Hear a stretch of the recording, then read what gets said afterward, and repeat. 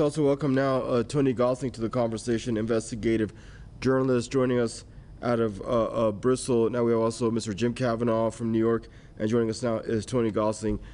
For viewers that are just joining us, this is extensive coverage and rolling conversation on the martyrdom of Ismail Haniyeh, the political bureau chief of the Hamas resistance movement. He was in Tehran for the inauguration of the new Iranian president, Masoud Pezeshkian, preparing to possibly go back to Qatar, where he was martyred July 31st in the morning, and that was just hours after the Israelis attacked a southern Beirut suburb in Lebanon, also assassinating Hezbollah commander, top commander at that, Fuad Shukur. Joining us, I'm going to swing over to Mr. Tony Gosling. Welcome to the talk here, Tony.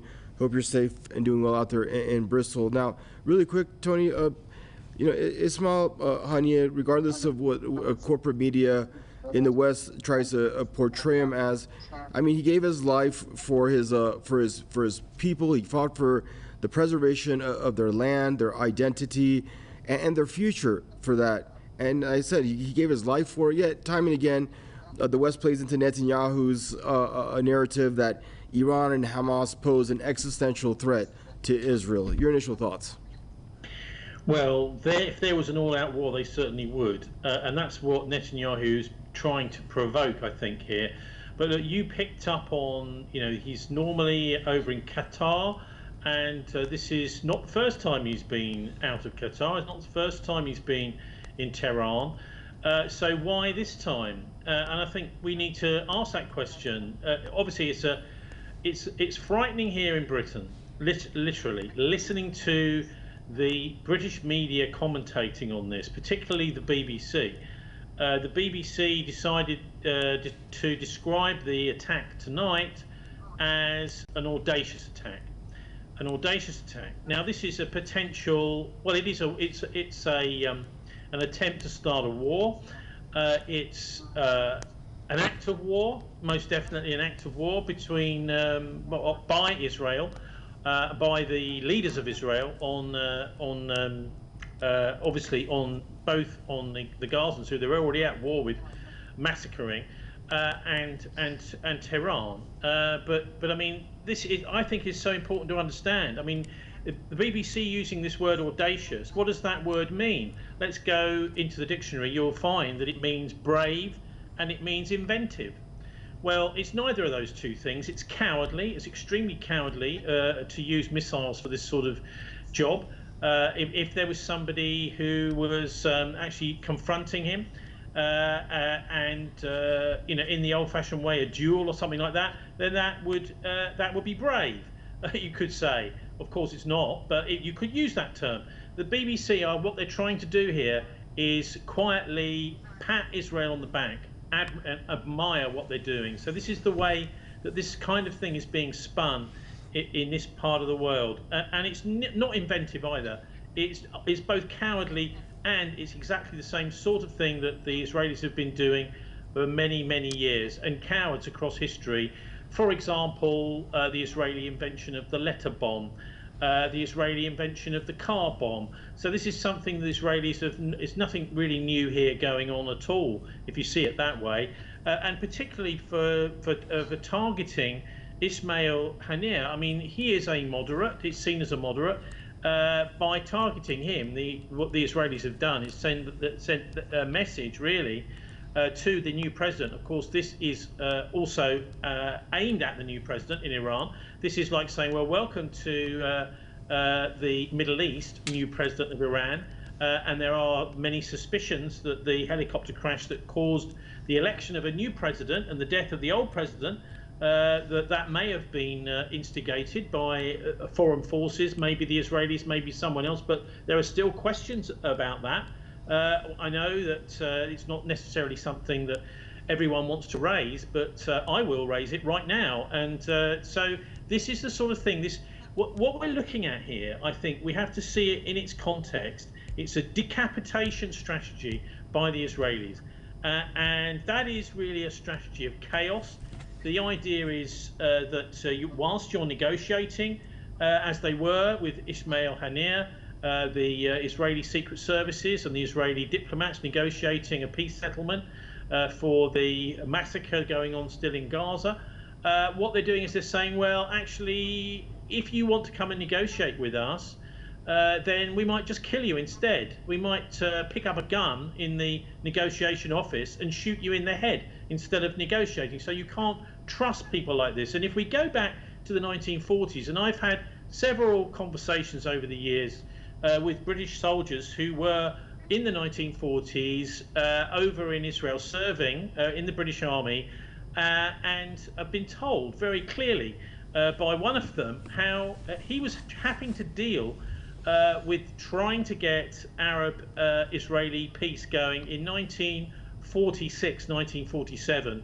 Well, obviously, this was a massive problem because the Israeli terrorists were killing many people, the Haganah, the Stern Gang, blowing British soldiers up, blowing up Arabs, etc. And there was a real attempt by the British at that time, at least at a lower level, to get peace negotiations going between the two. To say, well, hang on a minute, can you please stop? Well, Israel hadn't actually started yet. These were Jewish terror gangs, at least they called themselves Jewish terror gangs. And can you please start negotiating? What he explained to me, Bill, who was actually there on the ground, he's saying, well, every time we managed to get a person from the Arab community to stand up and start negotiating some peace agreement, as soon as that person showed their face, the Israelis or the Jewish side would, or the Zionists would murder them. And this is the sort of thing that we're seeing. This is why I say it's a decapitation strategy. So as soon as anybody appears who is trying to bring about peace and trying to negotiate with the Israelis, they're killed. I mean, this is the trouble. And, you know, you can't negotiate with people like this, obviously. What they're trying to do, the Israelis, and part of this tactic, is to convince Hezbollah, to convince the Iranian military, the Syrians, obviously too, all of the surrounding powers, including, of course, by the way, Russia, who's in that region. What they're trying to convince them is there's no point in negotiating with Israel. Israel will just fight. Now, this is, what is it? The law of the jungle. It's totally inhuman.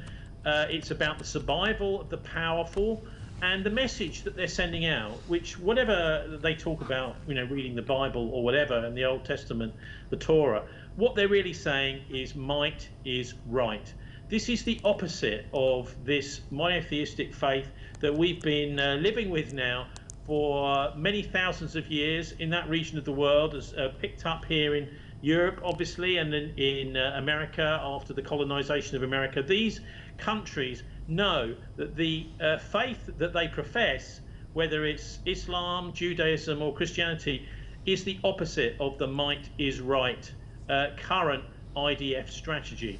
And so it's convincing me, as well as many other people around the world observing this, millions actually, that the Israelis have actually no legitimacy when it comes to Judaism and the faith that they're professing. Also, we must also look at the timing of the trip from the United States, because Netanyahu was over in the United States last week, not only to try and schmooze Congress, but also to celebrate with his son down in Florida, have a nice little birthday party, you know, all happy together in their little clique.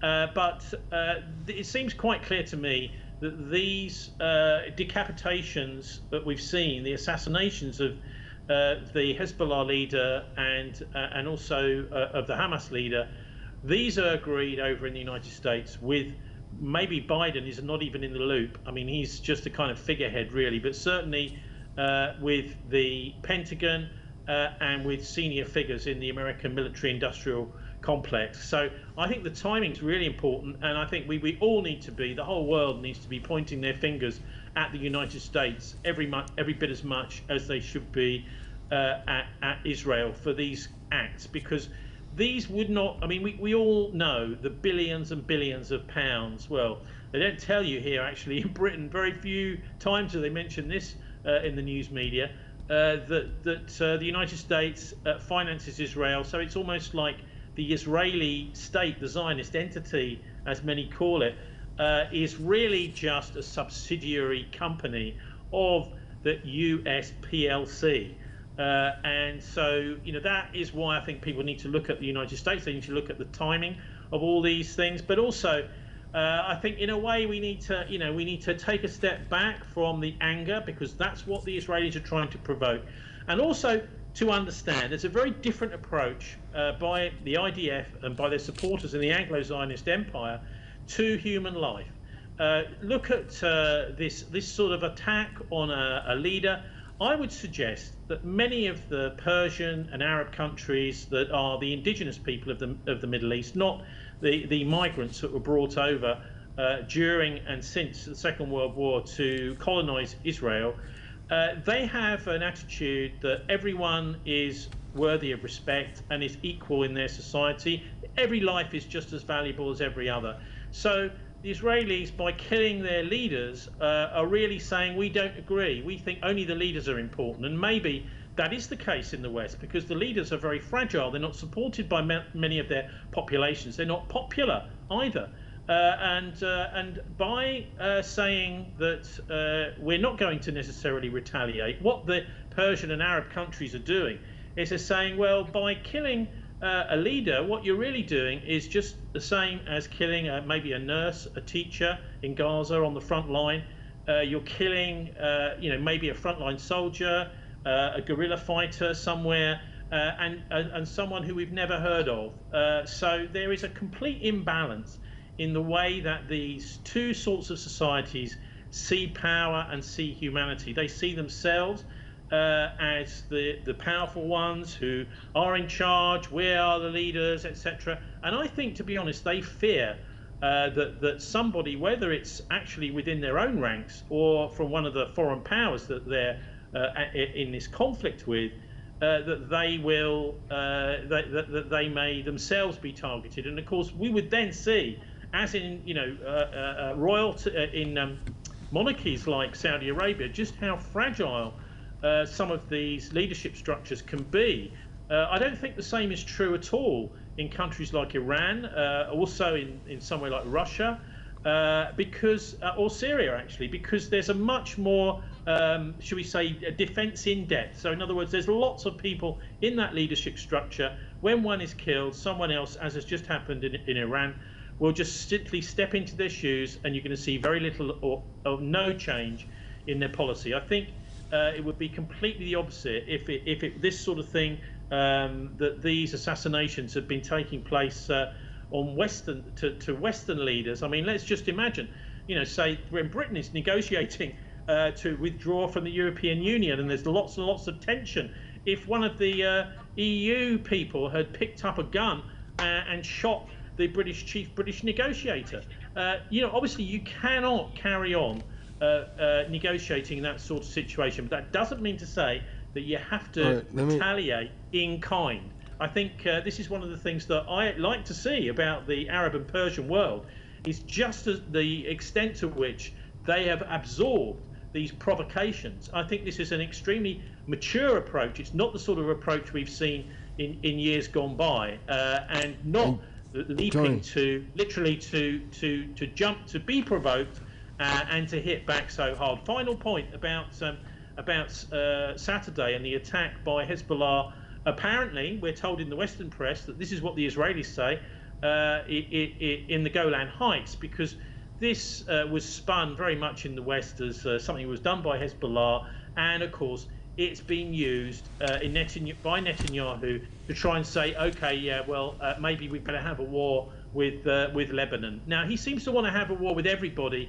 What needs to happen is the world, and I think through the Security Council, needs to have a metaphorical war with Netanyahu until he's behind bars. That's what we need to see. This man is a war criminal who's totally out of control. And by the way, up his back, he's got about 200 or 250 nuclear weapons, and he's heading what seems to be a nuclear-armed doomsday cult.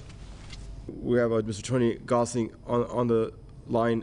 Tony, when it comes to statecraft, there are certain red lines, certain international laws and norms everyone expects, everyone abides by. There are certain destructive and inhumane and grossly not just violent, but illegal acts of, especially in times of conflict, rules of engagement that many don't abide by, but at least some they actually tiptoe around. You very well know of the fine line between war crimes, and they're not, what I'm trying to say, as blatant as the Israeli regime with what they do, having zero respect for international laws and norms at a time when the regime is 70 years old and striving so desperately for legitimacy as a state.